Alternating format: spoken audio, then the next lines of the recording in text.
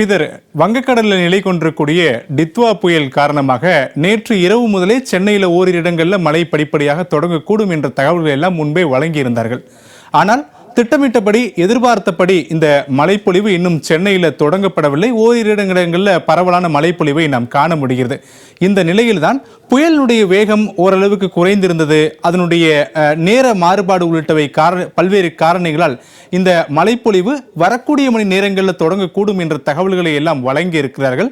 இது குறித்து நம்மோடு பேசுவதற்காக தனியார் வானிலை ஆய்வாளர் திரு ஹேமச்சந்திரன் நம்மோடு நேரலையில் இணைந்திருக்கார். நம்ம அவரோடு பேசலாம். ஹேமச்சந்திரன், வணக்கம். நம்ம நேற்று இதே போல ஒரு உரையாடல நேரலையில் வழங்கிய போது சென்னையில் இன்று காலை முதல் படிப்படியாக மழை தொடங்கக்கூடும், டெல்டா மாவட்டங்களில் நீங்க சொன்னது போல ஓரிரு இடங்களில் அதீத கனமழை, வேதாரண்யத்தில் 25 சென்டிமீட்டர் மழை பெய்திருக்கு, அதெல்லாம் ஓரளவுக்கு உறுதிப்படுத்திய முடிஞ்சது, நமக்கு அதீத கனமழை பெய்ஞ்சிருக்கு அப்படின்னு சொல்லிட்டு. ஆனா சென்னை உள்ளிட்ட இந்த குறிப்பிட்ட கேடிசி ரீஜியன்ல இன்னும் நம்ம எதிர்பார்த்த மழைப்பொழிவு இல்லையே. என்ன காரணம்? என்ன நடக்குது உண்மையிலே இந்த டித்வா புயலினுடைய மாறுபாடு? இல்லை, குறிப்பாக பார்த்தோன்னா கிட்டத்தட்ட ஒரு 40 மணி நேர நிலப்பரப்பின் ஊடுருவலை கடந்து தற்போது இன்று காலை தான் வட இலங்கையிலிருந்து கடல் பகுதி நோக்கி நகர்ந்தது. தற்போது பார்த்தோன்னா இந்த பகுதியில தான் நமக்கு புயல் மையம் கொண்டிருக்கு. கிட்டத்தட்ட நாகப்பட்டினத்திலிருந்து கிழக்கே தென்கிழக்கே ஒரு 90 கிலோமீட்டர் தொலைவில் மையம் கொண்டிருக்கு. இது தொடர்ச்சியாக மேற்கு வடமேற்கு திசையில் நகர்ந்து மிக மெதுவாக நகரும் அடுத்த 24 மணி நேரத்திற்கு அப்படின்னு நம்ம எதிர்பார்க்கப்படுது. இன்று காலை வரை நமக்கு கனமழை பதிவான நிலையில நமக்கு தற்போது பார்க்கிறோம் காவிரி டெல்டாவின் வடக்கு பகுதிகளில் மயிலாடுதுறை மாவட்டம், கடலூர் போன்ற மாவட்டங்கள்லையும் அதே போல காரைக்கால் பகுதிகளிலையும் மழை பதிவாகிட்டு வர்றதை பார்க்க முடியுது. கடலூர், புதுச்சேரி, செங்கல்பட்டு போன்ற மாவட்டங்களையும் மழை மேகங்கள் உள்ளே சென்று கொண்டிருப்பதை பார்க்க முடியுது. இந்த புயல் கிட்டே நெருங்கினாலும் நமக்கு தெற்கு டெல்டாவில் மழையின் தாக்கம் குறைந்திருக்கு. இது நம்ம முன்பே பேசினதுதான். அது நிலப்பரப்பின் ஊடுருவல்ல கிட்டத்தட்ட ஒரு 40 மணி நேரங்கள் தொடர்ச்சியாக வந்ததன் காரணமா வரக்கூடிய மணி நேரங்கள்ல தான் அது தான் இழந்த சக்திகளை மீண்டும் பெறும் அப்படின்னு எதிர்பார்க்கப்படுது. அதாவது அந்த கன்வெக்டிவ் கிளவுட்ஸ் ஃபார்ம் ஆகணும். ஸோ அப்படி இந்த கிளவுட்ஸ் ஃபார்ம் ஆகி நமக்கு டெல்டா மாவட்டங்களில் இன்று இரவு நாளை காலை வரைக்குமே, நமக்கு நவம்பர் 30ஆம் தேதி காலை வரைக்குமே ஒட்டுமொத்த டெல்டா மாவட்டங்களான கடலூர், மயிலாடுதுறை, காரைக்கால், நாகப்பட்டினம், திருவாரூர், தஞ்சாவூர் உள்ளிட்ட மாவட்டங்களில் பரவலாக கனமுதல் மிக கனமழையும், கடலோர பகுதிகளில் அதீத கனமழைக்கும் வாய்ப்புகள் இருக்கு. அந்த குறுகிய நேரத்தில் தீவிர மழைப்பொழிவுக்கான வாய்ப்புகள் இருக்கு.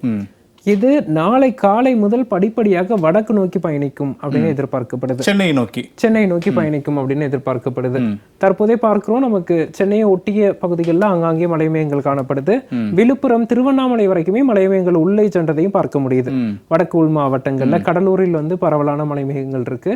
இப்போ வரக்கூடிய மணி நேரங்கள்ல விட்டு விட்டு மழை பதிவாகும். நாளைய தினம் புயல் தற்போது இருக்கக்கூடிய பகுதி அப்படின்னு பார்த்தா வேதாரண்யத்திற்கு அருகே நமக்கு கிழக்கே தென்கிழக்கே மையம் கொண்டிருக்கு. இது நாளை காலை முதல் தான் நமக்கு வடக்கு நோக்கி பயணிக்க இருக்கு. அப்படி பார்க்கும்போது வடகடலோர மாவட்டங்கள்ல இன்று இரவு நாளை காலை முதல் மழையின் தாக்கம் அதிகரிக்கும். குறிப்பா நமக்கு சென்னை, திருவள்ளூர், காஞ்சிபுரம், செங்கல்பட்டு போன்ற மாவட்டங்கள்ல டிசம்பர் 1ஆம் தேதி காலை வரைக்குமே மழைக்கான வாய்ப்புகள் இருக்கு. இப்போ வேதாரண்யத்திலிருந்து கிட்டத்தட்ட ஒரு 110 கிலோமீட்டர் தொலைவு அப்படின்னு சொல்லியிருக்காங்க. மேகக்கூட்டங்கள் நீங்க சொல்றது போல மேற்கு நோக்கி நகர தொடங்குது, சென்னை நோக்கி நகர தொடங்கி இருக்கிறது.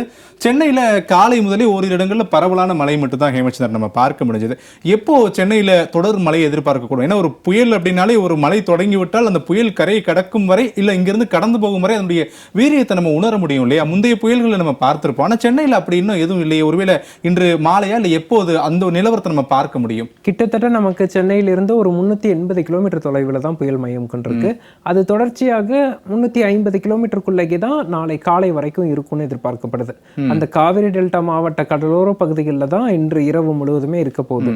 அப்படி இருக்கும்போது அந்த தொடர் மழை என்பது தொடங்குவதில் சற்று தாமதம் ஏற்படும். நாளை காலை முதல் மழையின் தாக்கம் சற்று படிப்படியா அதிகரிக்கும், பரவலாகும் அப்படின்னு எதிர்பார்க்கலாம். நாளை இரவு, இன்று இரவு காவிரி டெல்டா மாவட்டங்கள்லையும் நாளை இரவு வடகடலோர மாவட்டங்கள்லையும் பரவலான கனமழையும் நம்ம எதிர்பார்க்கலாம். ஒரு சில இடங்கள்ல மிக கனமழையும், ஓரிரு இடங்கள்ல அதீத கனமழையும் பதிவாகும். இப்போ இந்த டித்வா புயல் ஸ்ரீலங்கன் கோஸ்டல் ஏரியாவை கடக்கும் போது அந்த காட்சிகளை எல்லாம் இப்ப நம்ம ஜெயப்ளஸ் உள்ளிட்ட பல செய்திகளில் பார்க்கும்போது ஸ்ரீலங்காவில் இவ்வளவு பெரிய பாதிப்பை ஏற்படுத்திய அந்த டித்வா புயல் தான் இப்ப சென்னையை நோக்கி வருது. சென்னையிலையும் இதே போன்ற ஒரு மழைப்பொழிவு இருக்குமா அப்படின்ற ஒரு அச்சம் பலரிடத்துல இருக்க முடியுது. ஜெயப்ளஸ்ல கூட பலர் கேட்கும்போது பேட்டிகளில் சென்னைக்கு என்னங்க மழை பாதிப்பு இருக்கா அப்படின்ற பாதி பொதுமக்கள் கேட்கக்கூடியதை பார்க்க முடியுது. ஒரு வானிலை ஆய்வாளரா நீங்க எப்படி இதை கருதுறீங்க? இந்த டித்வா புயல் நீங்க சொன்னது போல மேகக்கூட்டங்கள் இப்போது இல்லை, அது இன்னும் ஒரு சேரக்கூடும். ஒருவேளை அப்படி ஒரு சேரக்கூடிய பட்சத்துல அதனுடைய தாக்கம் எப்படி இருக்க போகுது? சென்னையில மழைப்பொழிவு நம்ம எவ்வளவு எதிர்பார்க்கலாம்? குறிப்பா நமக்கு இலங்கையை பொறுத்தளவிற்கு கடந்த 2 நாட்கள்ல, அதாவது தெற்கு இலங்கை மற்றும் அதன் ஒட்டிய தென்மேற்கு வங்கக்கடல்ல தாழ்வு பகுதியாக உருவாகி படிப்படியா வலுவடைந்து அது இலங்கையின் ஊடுருவாக, அதாவது நிலப்பரப்பில் ஊடுருவலை ஏற்படுத்தியே வடக்கு நோக்கி நகர்ந்தது. இதன் காரணமா பெருமழையை சந்திச்சது. குறிப்பா பல இடங்கள்ல வவுனியா போன்ற இடங்கள்ல எல்லாம் 50 சென்டிமீட்டர் அளவிற்கு மழைப்பொழிவு பதிவாகி இருக்கு. ஆனால் இதே போன்ற 50 சென்டிமீட்டர் நம்மளும் பார்த்திருக்கோம் தமிழக கடலோர பகுதிகளில். ஆனால் இலங்கையில் இருக்கக்கூடிய அளவிற்கு தாக்கம் இங்கே இருக்காது. ஏன்னா இலங்கை ஒரு மலைத்தொடர் பகுதி. அந்த மலைத்தொடர் பகுதிகளில் நிலச்சரிவு ஏற்படும், அது போன்ற ஒரு மழைப்பொழிவு ஏற்படும் போது, அதே மாதிரி தண்ணீர் திறப்பதன் காரணமாக ஆறுகளில் ஏரிகளில் தண்ணீர் திறந்து அதன் காரணமாக வெள்ளப்பெருக்கு ஏற்பட்டிருக்கு. இலங்கையின் நில அமைப்பை பொறுத்த மட்டும் அந்த மழைப்பொழிவு மிக அதிகமானது. அது பெரிய ஒரு தாக்கத்தை ஏற்படுத்தியிருக்கு. நம்முடைய நில அமைப்பு குறிப்பாக கடலோர மாவட்டங்களில் அது போன்ற ஒரு மலையை நம்ம சமாளிக்கக்கூடிய ஒரு திறன் கொண்ட அமைப்பு தான் நம்மளோட பகுதி. அதன் காரணமா இலங்கையோட பாதிப்பை நம்ம ஒப்பிட முடியாது.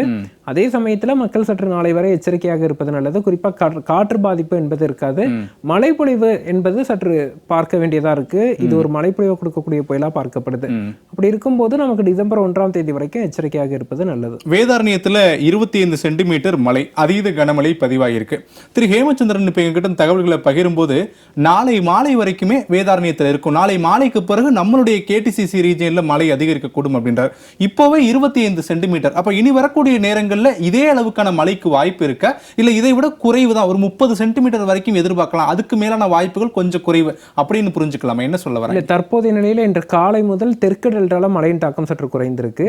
இது வரக்கூடிய மணி நேரங்கள்ல இரவு நேரத்தில் அதிகரிக்கும் அப்படின்னு எதிர்பார்க்கலாம். நமக்கு கடலோர டெல்டால தான் மழைப்பொழிவு கொடுத்திருக்கு, அதாவது நாகப்பட்டினம் மாவட்டத்தில் மட்டும்தான். இனி வரக்கூடிய நேரங்களில் பார்த்தோம்னா நமக்கு உள் மாவட்டங்கள்லையும் மழை பரவலாக அதிகரிக்கும் அப்படின்னு எதிர்பார்க்கலாம். அதாவது திருவாரூர், தஞ்சாவூர் உள்ளிட்ட மாவட்டங்கள்லையும் நாளை காலை வரை டெல்டா மாவட்டங்கள்ல மிக கனமழைக்கான வாய்ப்புகளும் ஓரிரு இடங்கள்ல அதீத கனமழைக்கான வாய்ப்புகளும் இருக்கு. இப்போ 25 சென்டிமீட்டர் இன்று காலை வரைக்கும் பதிவானது. இதை விட கூடுதலான மழைப்பொழிவு தான் நாளை காலை பதிவாகும்னு எதிர்பார்க்கப்படுது.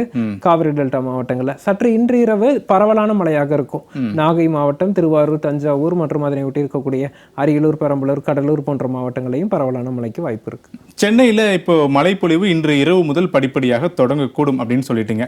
சென்னையை பொறுத்தவரையிலுமே நம்ம முன்பு எதிர்பார்க்கப்பட்ட மழைப்பொழிவு தான் கிடைப்பதற்கான வாய்ப்புகள் இருக்கா, இல்ல ஒருவேளை இது மேகக்கூட்டங்கள் நீங்க சொல்வது போல அதை உள்வாங்காவிட்டால் பெரிய அளவான பாதிப்புகள் இருக்காது அப்படின்னு நம்ம புரிஞ்சுக்கலாமா? இல்ல, சென்னையை பொறுத்தளவுக்கு பரவலாக 10 முதல் 15 சென்டிமீட்டரும், ஒரு சில இடங்கள்ல நமக்கு கடலோர பகுதிகளில் 20 சென்டிமீட்டருக்கு மேல மழை எதிர்பார்க்கப்படுது டித்வா புயல்ல. சென்னை மட்டுமே, சென்னை, திருவள்ளூர், காஞ்சிபுரம், செங்கல்பட்டு மாவட்டங்கள்ல இந்த மழைப்பொழிவு கண்டிப்பாக எதிர்பார்க்கலாம். குறிப்பா நமக்கு டிசம்பர் 1ஆம் தேதி காலை வரைக்குமே இந்த புயலில் இருந்து நமக்கு வடகடலோர மாவட்டங்கள்ல மழைக்கான வாய்ப்புகள் இருக்கு.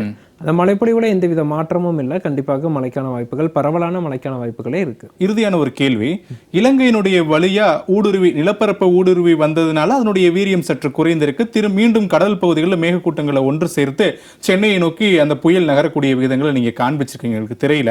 முக்கியமான ஒரு விஷயம், இப்போ இந்த புயல் கரையை கடக்கக்கூடிய பகுதி, வானிலை ஆய்வாளர்கள் சொல்லக்கூடிய, அதிகாரப்பூர்வ அரசு வானிலை ஆய்வாளர்கள் சொல்லக்கூடியது, இது நிலப்பரப்பின் வழியா ஒரு புயல் கரையை கடப்பதற்கான சாத்தியக்கூறுகள் இல்லை, இது மீண்டும் கடலை நோக்கி நகர்ந்து வலுவிழக்க கூடும் அப்படின்ற தகவல்களை பதிவு செஞ்சிருக்காங்க.